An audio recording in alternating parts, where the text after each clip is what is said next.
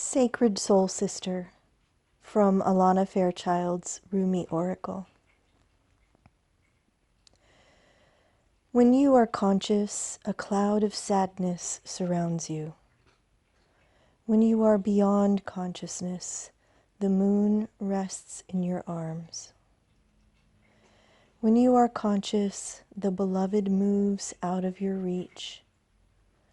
When you are beyond consciousness, the ecstasy of love moves your way. When you are conscious, you are depressed like fall. When you are beyond consciousness, the winter cold feels like spring. All your wavering is due to your longing to be stable. Look for instability until you become stable. Rumi. I love you. I am your other self. I am with you always, your partner on this soul journey. I am the you that you do not see. I am the you that speaks through intuition and instinct. I whisper and sing and shout my crazed truth-telling to you through your dreams, through your body. I am the you that is wise, that trusts in life, that knows. I am the you that sees reality rather than appearance. I am the you that knows how to be happy and free. There is a valid point of view that we travel this path of our life journey alone. Our deepest descents into the psyche happen alone. We meet death alone and come into the world alone.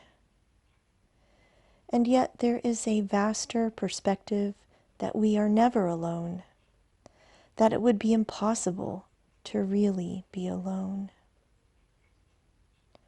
We are connected to all of life, and there is no such thing as being alone in reality, only in limited and temporary perception.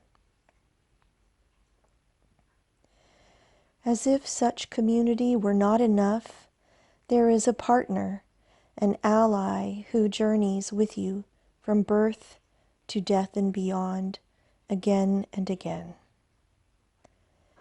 You have a sacred sister, a sister of your soul. She weaves the stories of truth through dreams and insights that come upon you as if from nowhere. Perhaps they drop into your mind or seem to erupt from within you, but that is her talking to you, demanding or reassuring, depending on what the occasion best calls for at that moment. Her truths may seem overly dramatic, so you may discount them as workings of an overactive imagination, or perhaps her truth tales are so subtle you dismiss them as meaningless, fleeting fancy. The wise ones know, however, that the truths of the Sacred Soul Sister are powerful, relevant, and worthy of time and attention. They know her oftentimes strange and startling offerings hold the keys to unlock entire worlds, to open up new realities, and to transform the nature of our existence from the deepest and most esoteric spiritual levels to the most palpable, practical, daily realities of our living bodies in the physical world. Your Sacred Soul Sister is your partner in consciousness. Make no mistake, she is you. She is just the part of you so great you cannot always see her from your conscious mind. It is sort of like the eye of the dog trying to see its whole self, which is a bit tricky, for as it moves to see its rear, so the rear is moved along too. So rather than through direct perception, the Sacred Soul Sister is met through reflection. She can be received in those moments of rest where great ideas are born. She is a genius, you see, vastly creative and inspired. Her worlds are those we access in sleep and meditation, or absorbing engagement in activity, where the mind can relax and drop into realities far more vast than those of daily life and be replenished. To tap into her wisdom, to distill a teaching from the fragmented memory of a dream, or a subtle feeling experienced in meditation, requires that you walk with her gait, and not the fast-paced, forward-moving canter of your conscious and intellectual mind. Her gait is meandering and apparently unstudied. Yet she is in deep concentration to feel for truth of movement, to allow for what is emerging to express itself through her. And she is listening rather than demanding to know, to force, to speak, and to direct. To receive her genius and benefit most fully from it requires a willingness to surrender logic and open up to inspiration, to become empty, to let the mind soften and become receptive, open and permeable. She delivers questions that lead to answers, but not according to demands issued by an insecure and fearful mind. She offers what is genuinely needed and answers the deepest questions of the heart. She is trustworthy, this sister. She cannot betray truth. Therefore, she can be relied upon as a faithful way-shower for the heart. So to commune with her, wise as that impulse is, requires that you learn the ways of her world and the strange symbolic language she speaks. She will never tell you what you already know. Why be so inefficient? No, she prefers to educate, elucidate, intrigue, and beguile, as you are drawn into far more beautiful, powerful, and helpful truths.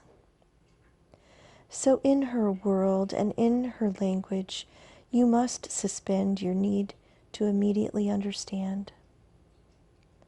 Let yourself absorb the imagery, the feelings, and the possibilities to dwell, ponder, and be permeated by the wisdom. The appearance of a horse may signify your own spiritual being, and the appearance of you may signify a false sense of identity, and not the real you at all. You may see desert landscapes and moonlit nights in your dreams. When so much inner growth is happening, you will soon bloom like the springtime. You may dream of charging up hills with great energy, when in your physical world you can barely muster enough strength to get out of bed in the morning. What does this all mean? This apparent, contrary, world upside down, nothing is as it seems symbolism? The meaning is the communication, and the communication is received in repose, in reflection, in quietness and rest. And you must trust. Trust her and trust yourself. When something needs to be known, so it shall be. This is necessary, so much less than what we expect. Your lack of knowing is not ignorance. Your unknowingness is your bowing to life with trust.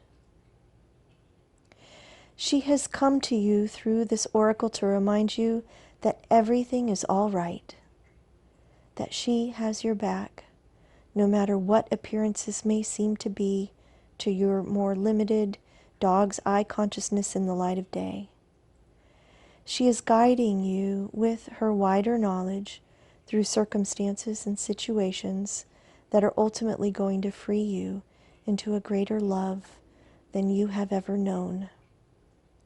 No matter whether you feel like a rat in a maze or a bewildered drunk stumbling through labyrinthine back alleyways, trying to find your way home again. No matter how out of control life may seem, she's letting you know all is proceeding just as it should, and that her will shall manifest. Her will is your wholeness, your completion. Her will must manifest and shall, because her will is nature. It is growth. It is God. She is God in you now. Remember that, and you'll realize, if you don't mind the ending being told before the last chapter, that everything's going to be okay. This oracle comes with particular guidance also. You know something deep in your bones without knowing how or why or without particular reason. You just know. It doesn't make sense, but you know. It may be joy that you know. It may be that you know to avoid a certain situation. It may be that something is going to work out beautifully, despite appearances to the contrary at a particular moment. It may be that you are meant to take a certain path. You just know. This oracle comes as confirmation that your knowing, mysterious as it is your sacred soul sister talking through you. Trust it and act, or not, accordingly. Sacred honoring ritual. Kneel or sit comfortably, preferably on the ground or somewhere you feel grounded and anchored to the earth. That could be on the floor, if practical. Rest your hands on the ground or on your legs. Say aloud, I call upon the sacred sister of my soul, the shadow priestess of wisdom in the temple of love. You guide me to love, and under the merciful grace and protection of Rumi, who loves me unconditionally, our relationship is one of respect, care, and divine guidance. May I be blessed with receptivity to your genius